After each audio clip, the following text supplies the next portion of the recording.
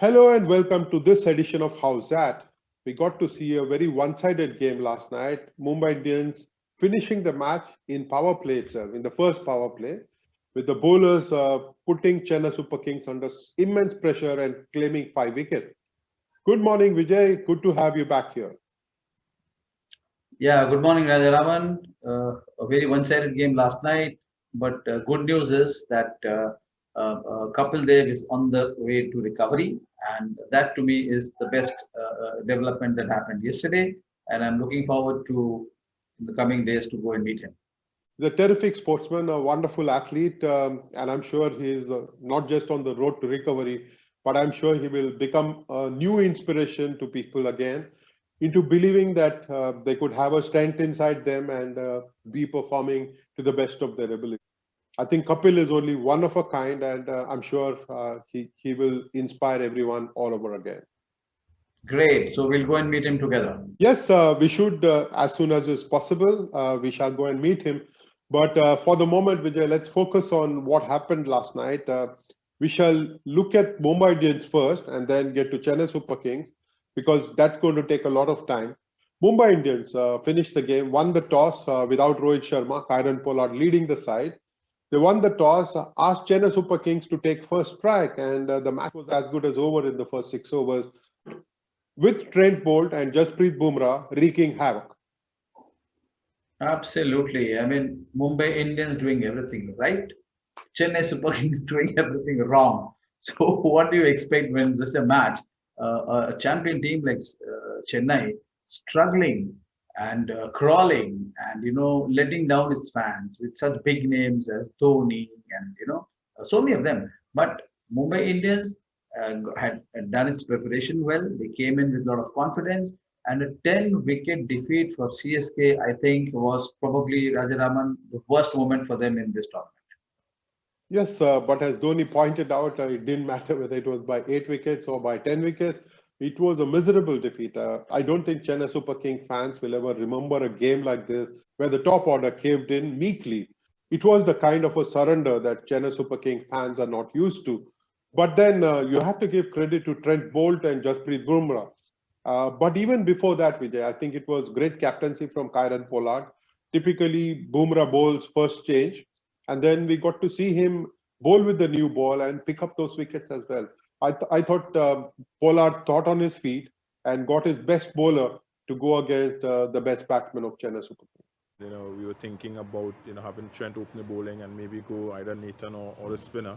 But seeing a couple balls swing and I said getting that early wicket and having Raidu come in, I just thought that it was good that use our most experienced bowler and one of our better bowlers against their better batsmen.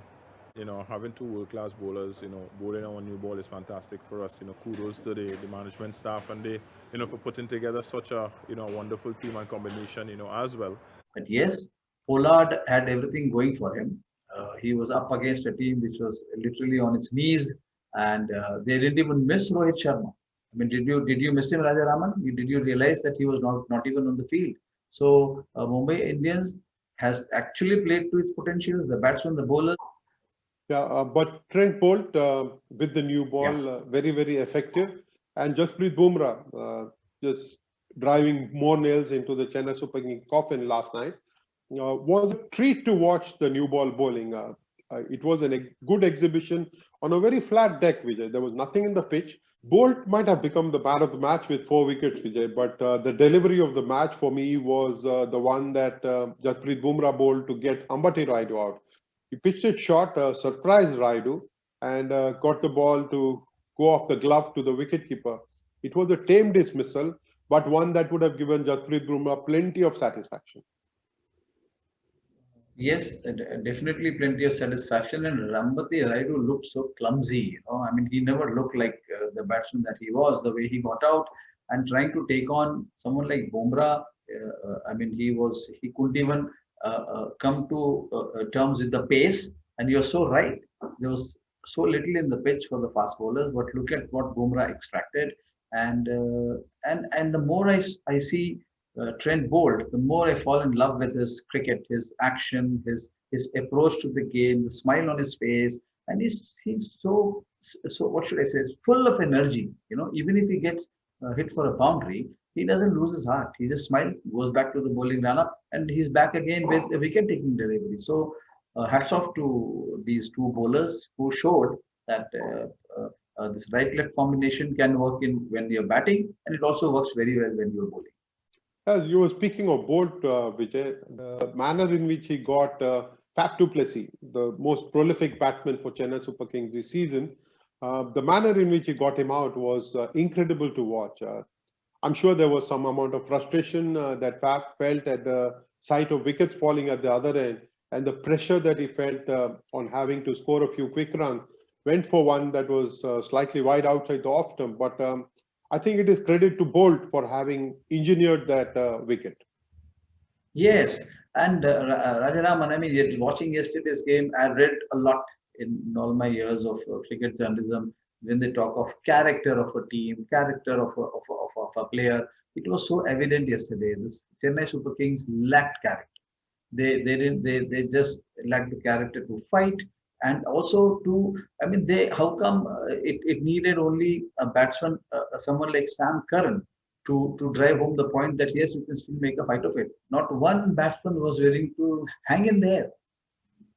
That was perhaps a terrible tragedy from Chennai Super Kings' point of view, but a little consolation that Sam Curran got a half century, gave them a score that they thought was good enough for them to make a fight of it. But then Ishan Kishan and Quinton de Kock got those runs pretty quickly and finished the game in a hurry. Oh, they decimated the Chennai Super Kings attack. You know, they were hitting at will and with such contempt, playing inside-out shots, playing across the line. I mean, just and some proper cricketing shots. I love the way Quinton de Kock, kind of tears into the attack, and then how Ishan Kishan, in the company of his illustrious partner, took his cues and played a superb innings. I mean, much underrated cricketer Rajaraman, this Ishan, and I'm so happy that he was in such beautiful form last night. He had a 99 against Chennai Super Kings, if I remember right, Vijay, that opening game Yeah.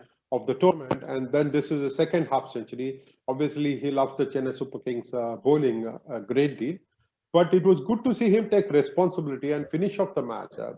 Somebody who's not been among the runs, having batted at number 3, stepped up when Rohit Sharma was not well with a hamstring injury and has had to sit out. Then Ishan Kishan stepped up very nicely, and in the company of Quinton de Kock ensured a 10-wicket victory for Mumbai Indians. I think Mumbai Indians team management must be thrilled that they pulled off a win without any kind of need for Pollard or say Rohit Sharma to chip in. I mean, here you have two batsmen who have played themselves into a terrific form, and this confidence, Rajaraman, I'm sure, will be the key factor for Mumbai Indians in the coming matches, because such awesome batting at the top gives a lot of confidence to the lower order. So I think Mumbai Indians is on course to be the claimant. I mean, a stronger claimant. There are others also, Delhi Capitals, yes, and maybe Rajasthan Royals if it comes through Chennai Kings 11. But Mumbai Indians, I think, is in a very strong position. I think we should listen to what Kieron Pollard, who stood in for Rohit Sharma as captain, has to say. It's very unfortunate that we have lost our captain, and at the end of it, when you look at it, he has done really, really well for us, as a batter and as a leader. And it's disappointing that we don't have him on the field. As you said, what we're going to do, we're going to try to consistently perform, and hopefully at some point, get him back. He's a very integral part of this team. He's a leader. And, we as a bunch will just try to go out and hold the fort until such time. When you watch the game, Vijay, you realize that on the one hand, you have Ishan Kishan for Mumbai Indians doing a good job, a youngster coming in place of Rohit Sharma, opening the innings and then completing a job that he was assigned.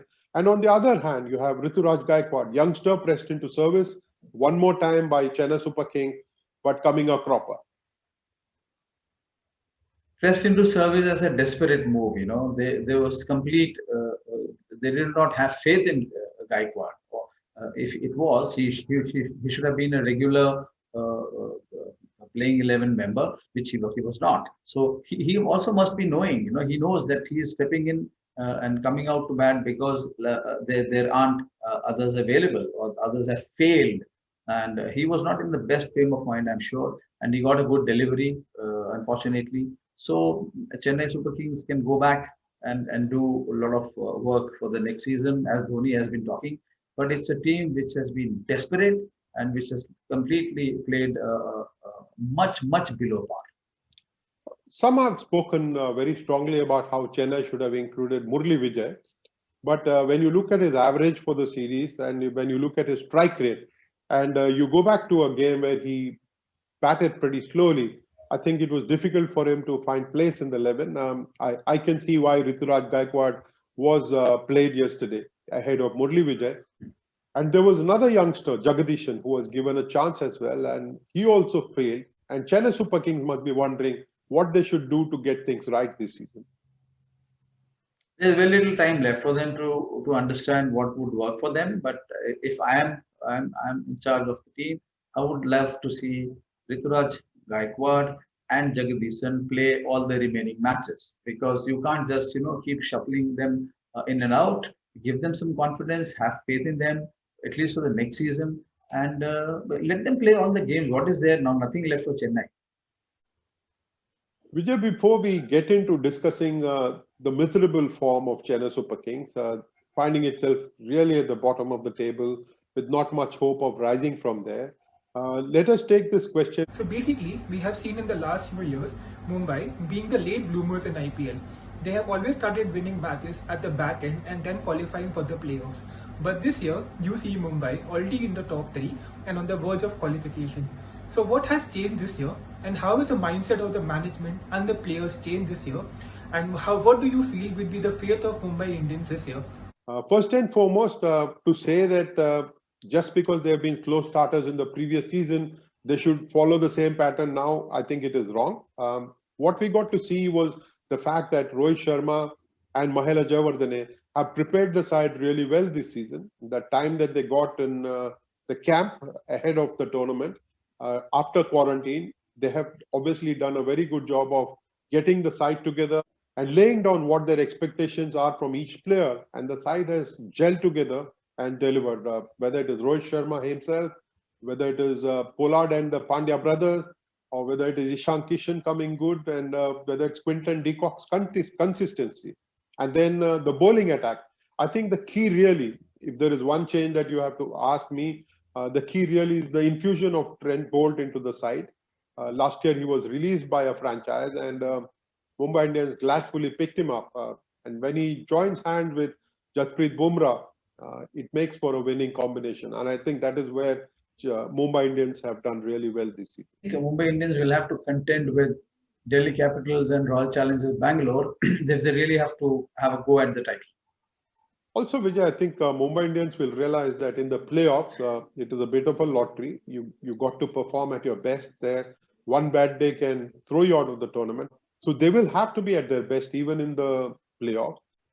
It is not as if they can rest on their oars and think that they will win the tournament from here on. It's going to be a tough road ahead with some exciting matches for Mumbai Indians. It's very well said. They'll have to be on their best, at their best.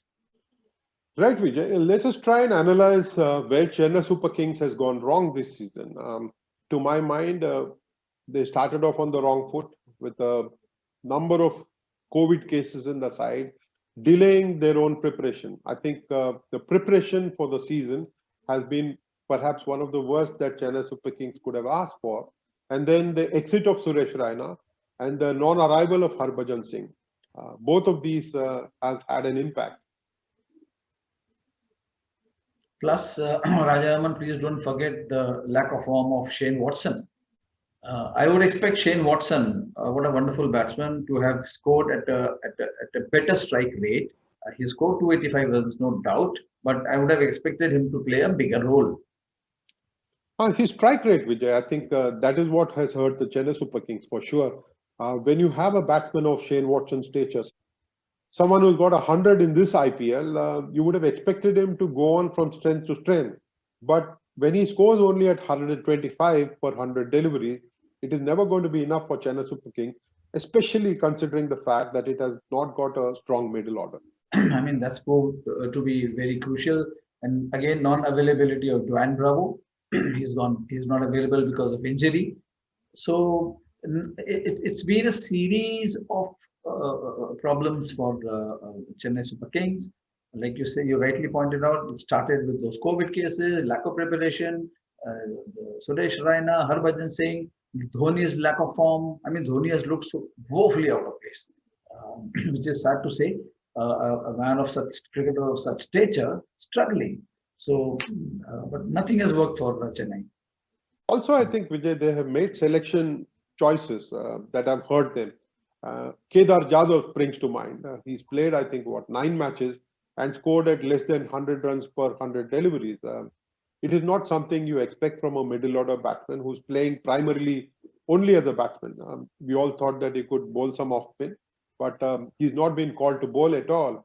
And to have persisted with him for 9 games, either it is a lack of choice or it is blind faith in Kedar Jadhav's ability to win matches from losing situations. It did not pay the team off at all. I think blind faith. I cannot accept that, somebody like Jagdishan, if you had given him equal number of opportunities, he would have delivered. I think Kedar Jadhav was a complete waste in the middle order. And unfortunately, Murli Vijay did not show the form. So he had to sit and watch the games. And someone like Ambati Raidu, inconsistent. I mean, Chennai Super Kings will have to revamp the whole team.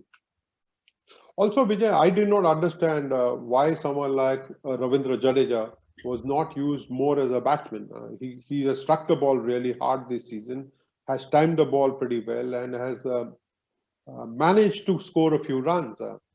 I think he should have been pressed ahead, maybe even at the number 3 slot, rather than use him as a slogger in the end.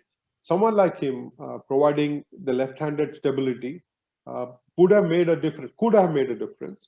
I'm not so sure about it. There are lots of ifs and buts, but he's the only batsman who's got a strike rate of more than 150 runs.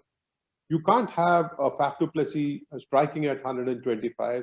You can't have a Shane Watson striking at less than 125 and then hope to win matches.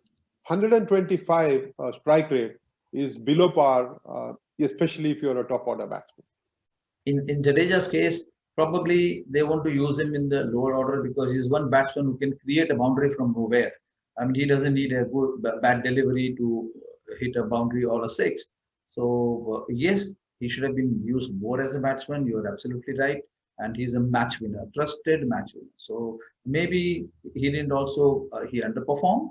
That also went against Chennai's chances to make it to the playoffs. But I think we are left with nothing now. I mean, we have found nothing positive in this Chennai team. Let's look at the Chennai Super Kings bowling, Vijay, and let's start by listening to Stephen Fleming speaking about the spinners. So we've had a problem with balance all the way through. Our spin bowling has been a little bit ineffective. So when you've got one of the world's best T20 spinners, we've been keen to introduce him. Today was that day, and we had a poor batting display. So it sort of sums up our tournament, really. Tactically, everything we've tried, it's been the opposite, and today was a great example of that. Of course, the spinners did not deliver, but even the fast bowlers did not do a good job. They don't have a fast bowler who can take wickets at will. They don't have bowlers who are match winners. And I think it was wrong on the part of Stephen Fleming to point out at the spinners as being the weakest link in their bowling lineup. It's been a long tournament, Vijay, and it's quite easy to forget that someone like Ngidi was pressed into service early on in the tournament, did not have a couple of good games, and then was kind of put in cold storage altogether. He is somebody who could have played the role that Kagiso Rabada is playing for Delhi Capitals. or someone like Jasprit Bumrah is playing for Mumbai Indians along with Trent Boult. He's somebody who could have played the role that Jofra Archer is playing for Rajasthan Royals. Now, unless you back your best bowlers, and Ingidi could have been that match-winning bowler for them. The sad thing is that Chennai Super Kings did not make use of the bowling talent at its disposal, and then to complain that the bowlers did not deliver a job when it has been batting failures repeatedly with them. Has he said a word about MS Dhoni's role as a captain, as a batsman, unable to make runs? He hasn't said a word about MS Dhoni. I think MS Dhoni should take responsibility. Having known him for so many years, I know how he must be feeling. He must be feeling miserable. But to blame just the spinners, it's not fair. Like you pointed out, they didn't have bowler, a match-winning bowler, and also bowler who could produce those dot balls to create pressure. So it's not fair to put the blame on the spinners. They're very young, and probably they'll come back next year much better. The non-availability of Wayne Bravo to bowl in the slog overs, in the death, has hurt Chennai Super Kings. There is no doubt about that, Vijay. And we got to see it in a match in which he bowled 3 overs and went off the field with a hamstring injury. They had to bowl Ravindra Jadeja in the last over, and he conceded plenty of runs in that. Now, when you look at that, Chennai Super Kings could perhaps have played Josh Hazelwood a lot more, or even Imran Tahir.